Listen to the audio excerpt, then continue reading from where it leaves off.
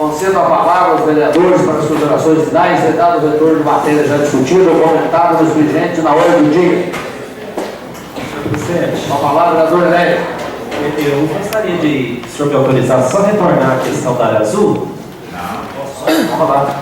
Eu estava comentando com o Elvis ali, igual a questão, nós temos que ficar muito atentos, nós vereadores, que até para nós atendermos o povo, toda hora que a gente parar o carro aqui, nós vamos ter que pagar.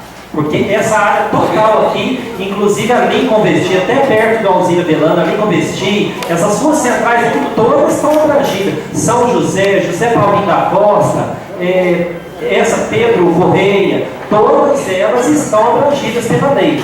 Então, qualquer hora que você vier aqui na Câmara uma ou duas vezes, toda vez você tem que pagar. Então, ficar atentos a isso, porque, por exemplo, a Câmara deu uma privacidade para os juízes, lá do Tribunal de Trabalho. Agora, eles vão ter esse privilégio e a população vai pagar. Então, pensa bem. Por isso que nós estamos chamando amanhã, se puder, o Enéas, vir também para estudar o projeto junto conosco. Não, eu acho que não deve dar essa onerar a população. Os juízes ali continuam. Eu entrei, gente, com um projeto para revogar a lei da área azul. Se eu tiver um apoio, a gente revoga, fazer esse custo para a população oferece. Pensa direitinho. Eu já entrei com um projeto para revogar a lei da área azul. Pensa direitinho. A concessão da área azul. Revogar o projeto também que deu direito de juiz.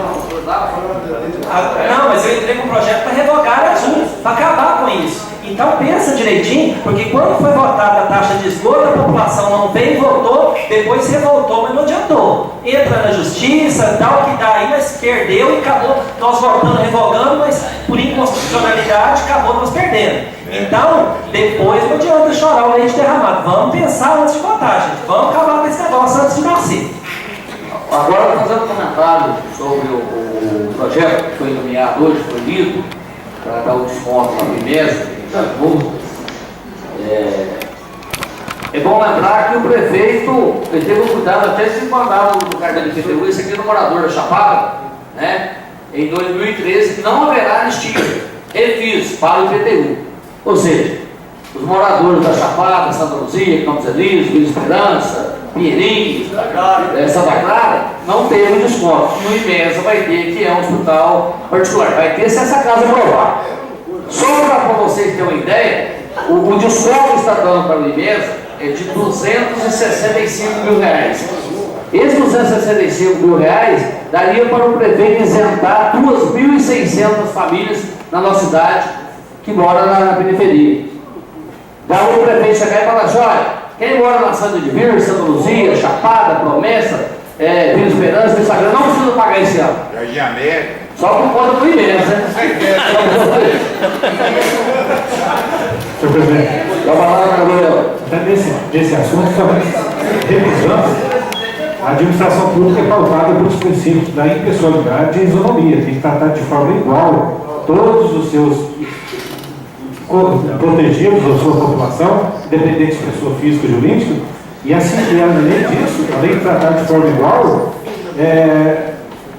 levantou a questão de partidarismo, suposto partidarismo, que não vem ao caso agora, mas também o princípio da impessoalidade era esse tipo de tratamento diferenciado. Então, há violação de alguns princípios, inclusive constitucionais, com a proposta colocada. Essa palavra que você disse, a impessoalidade, é uma marca do governo Maurício. É o que eu ia falar. Em todas as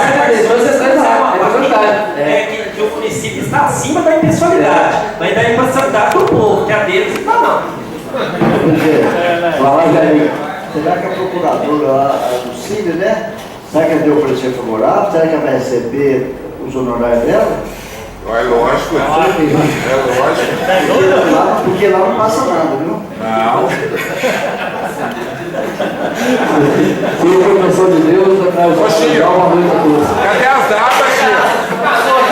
20 agora é de negociação, discriminação, meu filho.